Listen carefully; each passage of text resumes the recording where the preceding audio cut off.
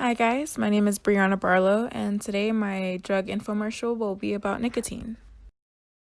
So some key facts for you guys about nicotine is that it is one of the most toxic poisons that there are today. It is found to rapidly distribute throughout the body and reach the brain within only 10 seconds, which is pretty crazy to think about. Nicotine is one of the most addicting agents alongside cocaine or heroin, and it also can cause irritation, burning sensation in the mouth and throat, increased salivation, nausea, abdominal pains, vomiting, and even diarrhea. Different ways that you can consume nicotine is not only through cigarettes, but also through electronic cigarettes, vapes, cigars, and even chewing tobacco. Those who expose themselves to nicotine may even encounter delayed wound healing, which also could lead to an increased risk of infection.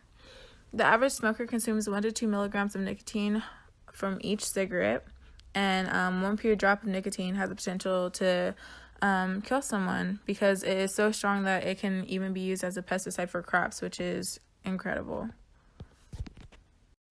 So there are a good amount of risks that are associated with the use or absorption of nicotine in the body. So for starters, we'll talk about how it has a strong effect on the central nervous system. So nicotine can cause the prefrontal cortex to become imbalanced and susceptible, which is pretty harmful in the body. And to show you guys the severity of this, I'll talk to you guys a little bit about the functions of the prefrontal cortex.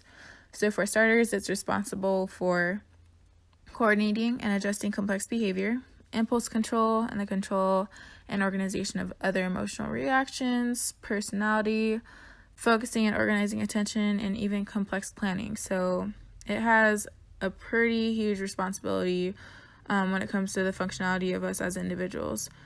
Nicotine increases the risk of developing psychiatric disorders and cognitive impairment later in life. It can also increase the risk of nicotine users and their development of chronic kidney disease. It also can cause the transformation of normal breast epithelial cells, which can lead to breast cancer, and nicotine is also found through research to cause other types of cancer as well. It can cause dizziness and confusion, loss of appetite and nausea, headaches and tremors, and I don't know about you, but as a student in college, I face enough moments of confusion. I deal with enough instances of losing my appetite as a result of stress, and I have my fair share of headaches and migraines, as I'm sure all of you have as well. So all of this takes place as a result of not using nicotine. So you can only imagine how much more severe these symptoms and risks can be if you are using. Consequences. So there are an array of consequences that are associated with the use of nicotine, but I just listed a couple right here just to keep it short. So one is addiction. Like I stated previously, nicotine is a highly addictive drug alongside cocaine and heroin. So addiction is one.